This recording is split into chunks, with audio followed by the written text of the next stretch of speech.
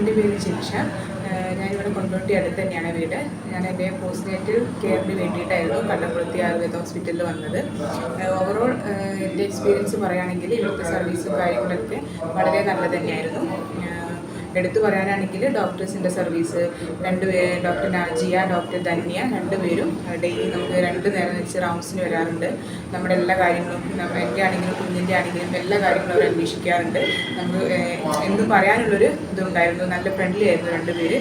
പിന്നെ പറയാനാണെങ്കിലും ആയുർവേദ തെറാപ്പിസ്റ്റ്, അവരുടെ treatment, massage കാര്യങ്ങൾ എല്ലാം നല്ലത് തന്നെയായിരുന്നു.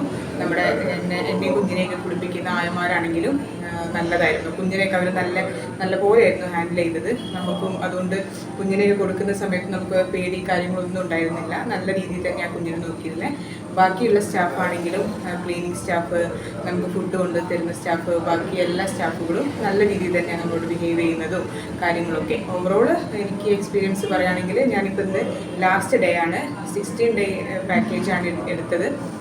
ഹോസ്പിറ്റലിൽ നിന്ന് നേരിട്ട് ഇങ്ങോട്ടായിരുന്നു വന്നത്. ഇന്ന് ലാസ്റ്റ് ഡേ ട്രീറ്റ്മെൻറ്റും കാര്യങ്ങളും എല്ലാം കഴിഞ്ഞ് പോകുന്ന ദിവസമാണ്. അപ്പോൾ ഞാൻ ഫുള്ളി സാറ്റിസ്ഫൈഡ് ആണ്. ട്രീറ്റ്മെൻറ്റിലും കാര്യത്തിലും എല്ലാത്തിലും ഫുള്ളി സാറ്റിസ്ഫൈഡ് ആണ്, ഹാപ്പിയാണ്. Thank you.